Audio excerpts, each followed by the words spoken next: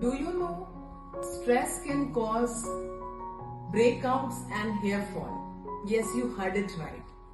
अगर आपकी प्रॉब्लम छोटी छोटी बातों पे स्ट्रेस लेने की है और स्ट्रेस से कोप अप कैसे किया जाता है आपको नहीं आता है, तो आपने भी महसूस किया होगा कि आपको स्किन में ब्रेकआउट्स और हेयर लॉस जैसी प्रॉब्लम बहुत जल्दी होती है।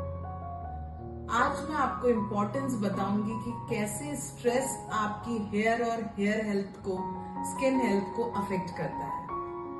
जब आप स्ट्रेस लेते हैं तो आपकी बॉडी में कॉर्टिसोल हार्मोन का प्रोडक्शन बढ़ता है।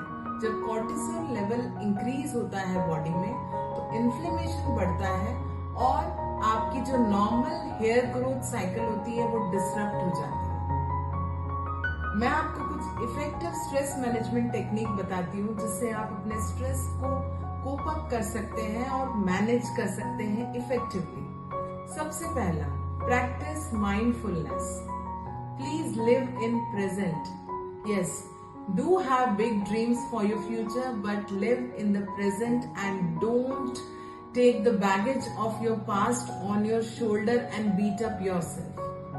जब आप प्रेजेंट मोमेंट में रहते हैं तो आपको अपने आसपास की चीजें बेटर ढंग से दिखती है और आप बेटर तरीके से स्ट्रेस को मैनेज कर सकते हैं। आप इसके साथ 2 से 3 मिनट का गाइडेड मेडिटेशन या माइंडफुलनेस कोई भी एक्टिविटी कर सकते हैं।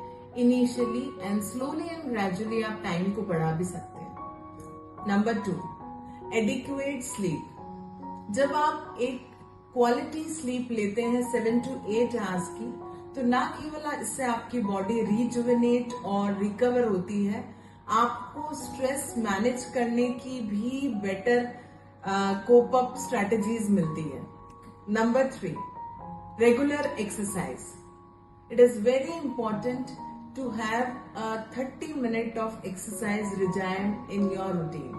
जब आप एक्सरसाइज करते हैं एंडोर्फिन्स रिलीज होते हैं आपकी बॉडी से और वो स्ट्रेस हार्मोन से बेटर तरीके से लड़ सकते हैं। Number 4, eating balance diet. इसके बारे में मैं जितना बोलूं उतना कम है।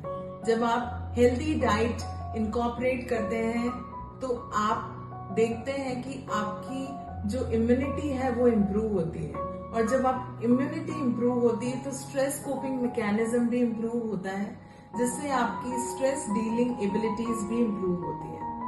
Number 5, connect with nature. Take some time during a week and connect with the nature so that you can expand your vision. You can understand how the beautiful things are free of cost. The air, nature, trees, how nature works in cycle. And when you connect with nature, you find yourself more calm and more peaceful.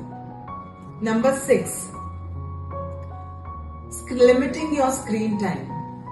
जब आप screen time limit करते हैं तो आप अपने sleep fatigue को भी remove करते हैं। डिजिटल डिटॉक्स कीजिए, चाहे 2 से 3 घंटे का ही हो दिन का, बट कोशिश कीजिए कि सोने से 2-3 घंटे पहले आप अपनी स्क्रीन ऑफ करें so that it won't adhere in your sleep quality. Number 7, आप अपनी डाइट में कैफीन और अल्कोहल का इंटेक कम कीजिए या बंद कर दीजिए, बिकॉज कहीं ना कहीं ये भी आपके स्ट्रेस लेवल को बढ़ाता है और इन्फ्लेमेशन को प्रोवोक करता है।